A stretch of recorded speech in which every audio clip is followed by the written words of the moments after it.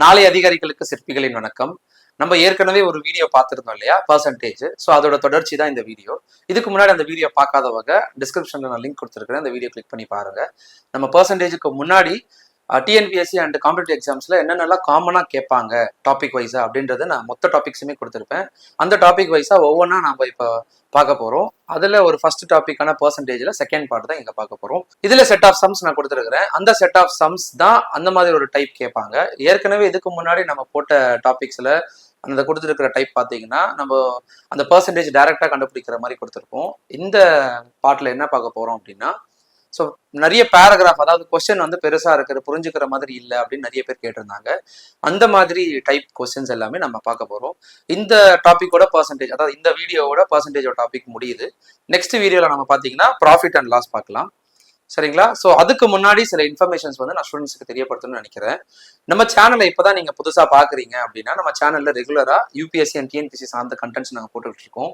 அதுக்காக நீங்க என்ன பண்ணணும்னா, நம்ம சேனலை தொடர்ந்து ஃபாலோ பண்ணணும். அப்பதான் உங்களுக்கு நாங்க போடுற வீடியோஸுக்கான பதிவுகளோட நோட்டிபிகேஷன்ஸ் எல்லாமே வரும். ஸோ நீங்க என்ன பண்ணணும் அப்படின்னா, நம்ம சேனலை சப்ஸ்கிரைப் பண்ணி ஜாயின் பண்ணிக்கோங்க.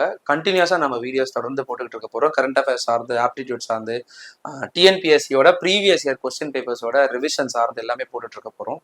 ஸோ எல்லாருக்குமே பயனுள்ளதா இருக்கும். உங்க நண்பர்களுக்கு தெரியப்படுத்தி இதை கடத்துங்க. சரிங்களா? ஸோ இந்த ஃபர்ஸ்ட் கொஸ்டின் பாருங்க, பர்சன்டேஜோட ஃபர்ஸ்ட் கொஸ்டின். இதுக்கு முன்னாடி நம்ம நிறைய வீடியோஸ் போட்டிருக்கோம், அதை பாருங்க. அது ஏன்னா அதோட பேசிக்ஸ்ல இருந்து தான் நம்ம இதை கொண்டு போக போறோம். இந்த ஃபர்ஸ்ட் கொஸ்டின் என்ன கொடுத்துருக்காங்க, if 20% of pure acid is in 8 liters of solution, how many liters of pure acid in that solution? So ஒரு சொல்யூஷன்ல, ஒரு கரைசல்ல வந்து மொத்தமா எத்தனை லிட்டர் இருக்கு? 8 லிட்டர் அப்படின்றது இருக்கு. அந்த 8 லிட்டர்ல 20% அப்படின்றது ஆசிட். ஸோ அந்த 20% ஆசிடோட பியூர் ஆசிட் வந்து எத்தனை அளவு இருக்கு, எவ்வளவு லிட்டர்ஸ் ஆஃப் பியூர் ஆசிட் வந்து இருக்கு அப்படின்னு கேட்கறாங்க. ஸோ அப்ப என்ன கண்டுபிடிக்கணும்? 8 லிட்டர்ல எவ்வளவு 20% அப்படின்றத கண்டுபிடிக்கணும். அதுக்கு என்ன பண்ணுவீங்க? 8 into 20%, அதாவது 8 into 20/100 அப்படின்றது அர்த்தம். ஸோ இப்போ மல்டிப்ளை பண்ணோம்னா 160 divided by 100 அப்படின்றது கிடைக்கும். இப்போ டிவைட் பண்ணோம்னா 1.6. ஸோ 1.6 தான் இதோட ஆன்சர். ஸோ என்ன கேட்டிருக்காங்க, 20% வந்து தூய அமிலமோட அளவு இருக்கு. மொத்த லிட்டர் எத்தனை? 8 லிட்டர். அப்போ 8 லிட்டர்ல 20% அமிலம் அப்படின்றது எவ்வளவுன்னு கேட்டிருக்காங்க. அப்போ 8 into 20/100 அப்படின்னு போட்டாலும் நமக்கு ஆன்சர் கிடைக்கும். இதே மெத்தட் தான் நம்ம லாஸ்ட் பர்சன்டேஜ் கிளாஸ்லயே பார்த்திருந்தோம். அதே மெத்தட் தான் ஃபாலோ பண்ணி போட்டிருக்காங்க. பட் கொஸ்டின் எந்த அளவுக்கு கன்ஃபியூஸ் பண்ணி கேட்டாலுமே ஃபார்மேட் அப்படின்றது ஒண்ணுதான். அந்த ஃபார்மேட்டை நீங்க கரெக்டா ஃபாலோ பண்ணீங்கனாலே கொஸ்டின்ஸ் போட்டுடலாம். பர்சன்டேஜ் அளவும் சரி, மற்ற சம்ஸ் எல்லாமே சரி, நீங்க கொஸ்டின் கரெக்டா புரிஞ்சுக்கிட்டீங்கன்னா உங்களுக்கு சம் வந்து மைண்ட்லேயே கால்குலேட் பண்ணி போட்டுடலாம். இல்ல கொஸ்டின் சரியா படிக்கலன்னா உங்களால எப்படி போட்டாலுமே ஆன்சர்ஸ் கண்டுபிடிக்க முடியாது. சரிங்களா? ஸோ அடுத்த கொஸ்டின் பாருங்க. If a student multiplied a number by 3/5 instead of 5/3, what is percentage of error இந்த கால்குலேஷன்? ஸோ இந்த மாதிரி ஒரு டிஃபரன்சஸ் கொடுத்துட்டு பர்சன்டேஜ் கண்டுபிடிக்க சொன்னாங்கன்னா, பர்சன்டேஜ் கண்டுபிடிக்கிறதுக்கு அப்படின்றது மல்டிப்ளை பை 100 பண்ணா நமக்கு பர்சன்டேஜ் கிடைக்கும். அதுக்கு முன்னாடி இந்த டிஃபரன்சஸ் நம்ம கண்டுபிடிக்கணும். அதாவது ஒரு பர்சன் வந்து ஒரு நம்பரை 5/3 மல்டிப்ளை பண்றதுக்கு பதிலா 3/5 பண்ணிட்டாங்க. அப்ப அதோட பர்சன்டேஜ் எரர் அப்படின்றத கண்டுபிடிக்கணும். ஸோ இந்த மாதிரி கொஸ்டின்ஸ் கேட்டாங்கன்னா அந்த ஃபார்முலா என்னன்னா, ஃபர்ஸ்ட் பண்ணது, அதாவது மிஸ்டேக் பண்ணாங்க இல்லையா, ஒரு நம்பர் கரெக்டா பண்ணிருக்காங்க, அதுக்கு பதிலா தப்பா பண்ணிருக்காங்க, அந்த நம்பரை நம்ம ஃபர்ஸ்ட் எடுக்கணும். அதாவது எக்ஸ் அப்படின்ற நம்பரை நம்ம எடுத்துக்கணும். எக்ஸ் அப்படின்றது நம்பர், நமக்கு எந்த நம்பர்னு தெரியாது. ஸோ அதனால எக்ஸ் என்னன்னு எடுப்போம், 5/3x மைனஸ் எதுல இருந்து டிஃபரன்ஷியேட் பண்றோம், நம்ம 3/5x டிஃபரன்ஷியேட் பண்றோம். ஸோ இந்த ரெண்டுத்துக்கான டிஃபரன்ஸ் நம்ம கண்டுபிடிக்கணும். Divided by 5/3x. சரிங்களா? ஸோ இந்த மாதிரி நம்ம பண்ணோம்னா நமக்கு டோட்டல் வேல்யூ கிடைக்கும். இப்போ என்ன பண்ணணும், இதை சால்வ் பண்ணுங்க. 5/3x அப்படின்றது 5x/3 minus 3x/5 divided by 5x/3. So இப்போ நம்ம கிராஸ் மல்டிப்ளை பண்ணோம்னா 5 into 5 25x minus 9x divided by 15 divided by 5x divided by 3. ஓகேங்களா? ஸோ அகைன் நம்ம சால்வ் பண்ணோம்னா 25x minus 19x அப்படின்றது 16x.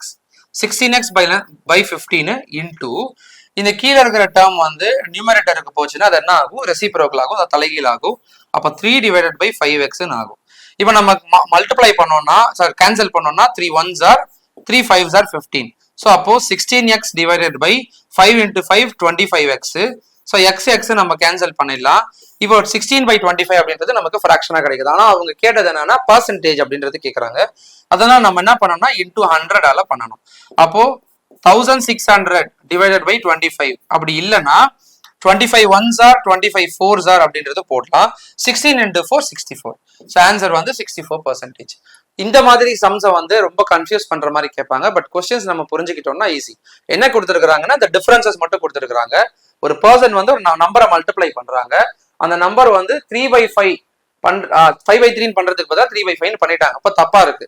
அந்த பர்சன்டேஜ் எரர் மட்டும் தான் நம்ம கண்டுபிடிக்கணும். அந்த பர்சன்டேஜ் எரர் தான் அது 64%. சப்போஸ் பர்சன்டேஜ் இல்லாம வேல்யூ அப்படின்னு கேட்டாங்கன்னா ஃபிராக்ஷன் கேட்டாங்கன்னா 16/25 இப்படியும் போடலாம். ஓகேங்களா? சோ அடுத்த சம் பாருங்க. 3 candidates contested an election and received 1136, 7636 and 11628 votes respectively. What percentage of the total votes did the winning candidate get? So அப்போ ஒவ்வொருத்தருமே 3 பேர் அட்டன் பண்றாங்க அந்த எலெக்ஷன்ல. எல்லாருமே வந்து இவ்வளவு ஓட்டு எண்ணிக்கையில வின் பண்ணிடுறாங்க. இவ்வளவு ஓட்டு எண்ணிக்கை உங்களுக்கு கிடைக்குது. 1136 ஒருத்தர் இருக்கு, 7636 ஒருத்தர் இருக்கு, அண்ட் 11628 அப்படின்றது ஒருத்தருக்கு ஓட்டு கிடைக்குது. அதுல percentage of total votes did the winning candidate get?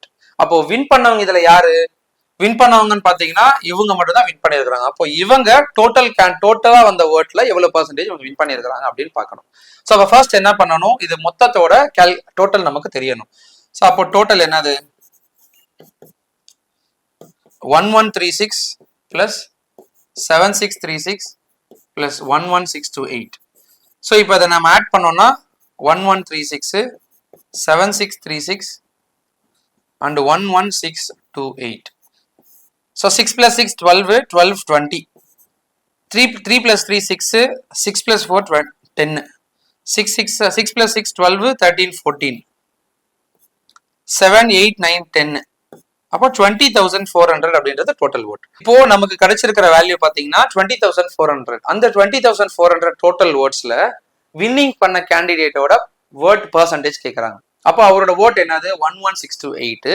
அப்ப நம்ம என்ன பண்ணணும் 11628 டிவைடட் பை 20,400 இன்டூ 100. ஸோ 100 எதுக்கு நம்ம போடுறோம், அந்த பர்சன்டேஜ்க்காக போடுறோம். சப்போஸ் பர்சன்டேஜ் இல்லைன்னா நம்ம ஃப்ராக்ஷன்ஸ்லேயே போடலாம். இதை நம்ம சால்வ் பண்ணோம்னா நமக்கு என்ன கிடைக்கும், 2 டேபிள்ஸ்லேயே சால்வ் பண்ணுங்க. 2 1s are 2, 2 2s are 4 cancel பண்ணலாம். அதே மாதிரி இதை கேன்சல் பண்ணும்போது 2 5s are 10, balance 116, 2 8s are 16, 2 1s are 2, 2 4s are 8. Again நம்ம 2 டேபிள் சால்வ் பண்ணோம்னா 2 5s are 10, 100. இதை பண்ணோம்னா 2 2s are 4, 2 4s are 2 9s are 18, அதுக்கப்புறம் 0 போட்டு 2 7s are 14. ஸோ அகைன் நம்ம பண்ணோம்னா அடுத்தது பார்த்தீங்கன்னா இந்த 100ஐயும் இந்த 2 ஜீரோஸையும் கேன்சல் பண்ணலாம். அப்போ பேலன்ஸ் நமக்கு என்ன கிடைக்குது 2907 டிவைடட் பை 51 கிடைக்கும். ஸோ இதை நம்ம டிவைட் பண்ணோம்னா 2907 51 டிவைட் பண்ணோம்னா 51 into 5 டைம்ஸ் போட்டா 5 5s are 25, 5 1s are 5, balance வந்து 35 வரும் 7. இப்போ 7 டைம்ஸ் போட்டோம்னா 7 1s are 7, 7 5s are 35 அப்படின்றது கிடைக்கும். ஸோ அப்போ நமக்கு எத்தனை பர்சன்டேஜ் 57% அப்படின்றது ஆன்சர். அண்ட் அடுத்த கொஸ்டின் பாருங்க. Gowri went to stationaries and bought things worth 25 out of which 30 paise went on sales tax on taxable purchase. If the tax rate was 6% on then what was the cost of tax free item? So அப்போ கௌரி வந்து 25 ரூபாய்க்கு கொடுத்து ஒரு பொருள் வாங்குறாங்க. அந்த பொருளோட 30 பைசா, அந்த 25 ரூபாயில 30 இன்க்ளூட் ஆகி தான் வந்திருக்கு. 30 பைசா அப்படின்றது சேல்ஸ் டாக்ஸோட இன்க்ளூட் ஆகி வந்திருக்கு. அது மட்டும் இல்லாம டாக்ஸ் ரேட் வந்து 6% அப்படின்னு கொடுத்துருக்காங்க. அப்போ ஒரு நம்பரோட 6% என்னது, அதோட ஆட் பண்ணி நமக்கு சேர்த்து தான் 25. அப்போ டோட்டல் அப்படின்றது 25. அவங்க என்ன கேட்கறாங்க, if the tax rate was 6% then what was the cost of tax free ஐட்டம்னு கேட்கறாங்க. அப்ப நம்ம என்ன பண்ணணும், ஒரு நம்பர் 6% அப்படின்றது நம்ம எவ்வளவு அப்படின்றது கண்டுபிடிக்கணும். ஸோ அதுக்கு எப்படி கொடுத்துருக்காங்க, 6% of x is equal to 30 paise. So அப்போ 30 பைஸ் தான் வந்து அந்த எக்ஸோட 6%. அப்போ நம்ம அதை கண்டுபிடிச்சிட்டு இந்த 30 பைஸையும் ஆட் பண்ணி நம்ம என்ன பண்ணணும், டோட்டல் வந்து மைனஸ் பண்ணா நமக்கு டாக்ஸ் ஃப்ரீ ஐட்டமோட அளவு எவ்வளவு அப்படின்றது தெரிஞ்சிடும். இப்போ 6% அப்படின்றது 6 divided by 100 into x is equal to 30 by 100. அப்போ x is equal to 30 by 100 into 100/6 அப்படின்றது கிடைக்கும். கேன்சல் பண்ணா 6 5s 30. அப்போ எக்ஸோட அளவு என்னது 5. அப்போ 30 பைசா அந்த 6% அப்படின்றது 5 ரூபாய்.